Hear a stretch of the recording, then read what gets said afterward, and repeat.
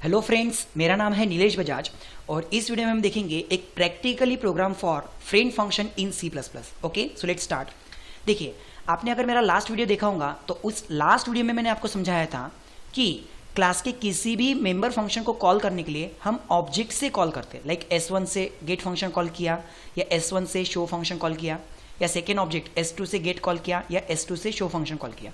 But उसी member function को अगर आप as a friend function declare कर देते हो कि भाई क्लास के पास में कोई फंक्शन नहीं है, बाहर के कुछ ऑर्डिनरी फंक्शन है, तो उन ऑर्डिनरी फंक्शन को हम कैसे कॉल करेंगे? डायरेक्ट। बट डिफरेंट क्या है, क्लास के मेंबर फंक्शन को ऑब्जेक्ट कॉल करता है, तो यदि उनको हम फ्रेंड फंक्शन डिक्लेयर कर दे तो वही ऑब्जेक्ट आपको एज अ पैरामीटर पास करना होता है।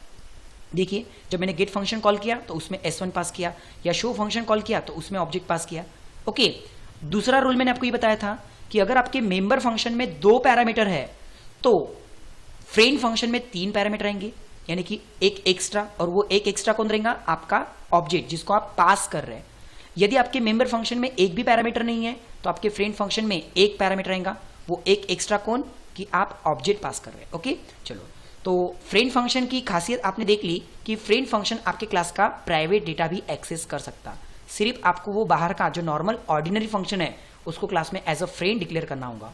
यहां पर भी हम क्लास का प्राइवेट डेटा एक्सेस कर रहे हैं। क्यों? क्योंकि इस फंक्शन को भी हमने क्लास में सिर्फ friend function as a declare किया। अब देखो, इसका हम प्रैक्टिकली प्रोग्राम देखते हैं। तो यहां पर मेरे पास में ऑलरेडी एक क्लास है जिसका नाम है सैंपल, और उसके पास में कुछ प्राइवेट डेटा है that is X and Y. Okay, और उन डेटा को लेने के लिए क्लास में मेंबर फंक्शन है गेट और मेंबर फंक्शन है शो। आपको भी पता है कि क्लास के मेंबर फंक्शन को कॉल कर सकता है सिर्फ और सिर्फ क्लास का ऑब्जेक्ट। तो यहां पे मैंने क्या किया, सैंपल क्लास का एक ऑब्जेक्ट बनाया S1। ओके, अब ये ऑब्जेक्ट सबसे पहले क्या करेगा, तो क्लास का जो मेंबर फंक्शन है दैट इज गेट डेटा उसको कॉल करेगा, जिसमें वैल्यू पास की 10 एंड 20। ओके, और फिर क्लास का जो दूसरा मेंबर फंक्शन है दैट इज शो, उसको कॉल कर सकता है।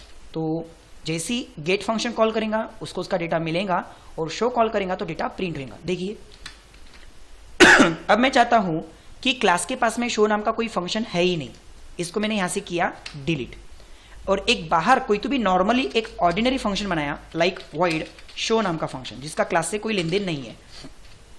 और अब अगर ये क्लास का क्लास का कोई फंक्शन है ही नहीं, ये एक नॉर्मल ऑर्डिनरी फंक्शन है, तो इसको कोई ऑब्जेक्ट कॉल नहीं करेगा, क्योंकि क्लास अगर ऑब्जेक्ट किसी शो फंक्शन को कॉल करेगा तो क्लास बोलेगा कि मेरे पास तो ऐसा कोई फंक्शन है ही नहीं। देखिए एरर। तो इस फंक्शन को कैसे कॉल करेंगे? नॉर्मली। ठीक है, देखो यहां से मैंने इसको नॉर्मली कॉल किया। ओके, लेकिन मैं चाहता हूं कि इस फंक्शन में S1 का डेटा पास हो और शो जाए, तो यहां पे मुझे क्या करना पड़ेगा? S1 एज अ पैरामीटर में पास करना पड़ेगा। और अगर मैं S1 as a parameter pass कर रहा हूं तो मुझे यहां पे रेफरेंस एक T बनाया। T मतलब कौन? S1 object. ओके, और मैं यहां पे उस T के थ्रू डेटा शो करना चाहता हूं। सी आउट डेटा R, तो मैं यहां पे क्या करना चाहता हूं? T.x बीच में स्पेस और फिर T.y, ऐसा मैं डेटा शो करना चाहता हूं। Then ENDL new line. लेकिन फिर से एरर कि ठीक है, आपने ऑब्जेक्ट तो यहां पे पास कर दिया, लेकिन ऑब्जेक्ट के थ्रू आप प्राइवेट डेटा कैसे क्या एक्सेस कर रहे हैं, जबकि ये क्लास का फंक्शन नहीं है। देखो फिर से एरर आया। तो मुझे क्या करना होगा कि अगर क्लास का प्राइवेट डेटा इसमें एक्सेस करना है तो इस फंक्शन को सिर्फ क्लास का क्या डिक्लेयर करना होगा? फ्रेंड। देखो यहां पे by using the keyword friend, उसको मैं क्या कर रहा हूं? यहां पे सिर्फ और सिर्फ डिक्लेयर करना चाहता हूं। इसको मैं यहां पे क्या करना पड़ेगा? कॉपी, सॉरी, इतनी लाइन को यहां से क्या करना होगा?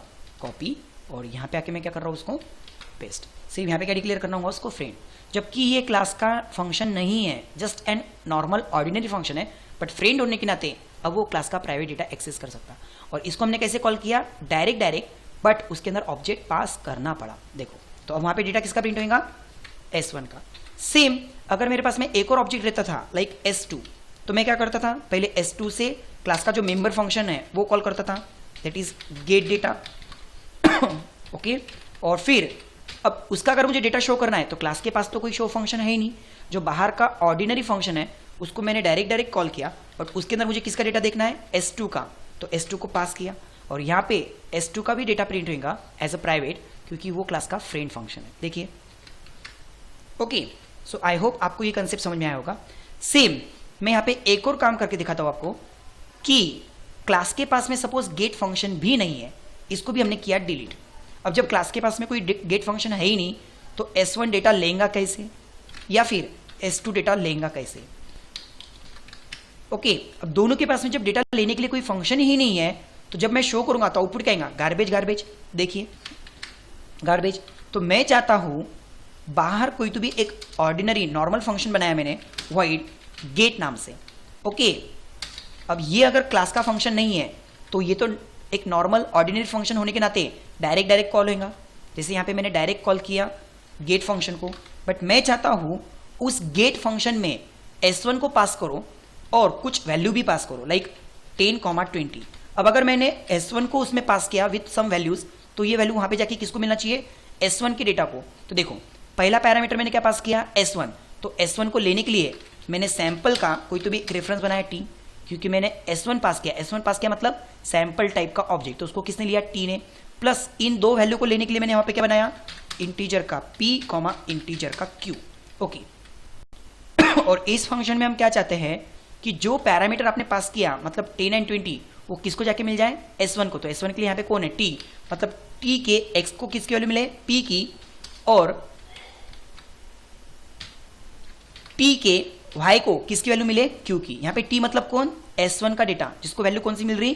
10 एंड 20। बट आप फिर से प्राइवेट डेटा को एक्सेस कर रहे हैं। यहाँ पे आपने गेट फंक्शन में S1 के साथ साथ 10 एंड 20 तो पास किया, लेकिन आप डेटा किसको दे रहे हैं? S1 के X और Y को, मतलब प्राइवेट डेटा को।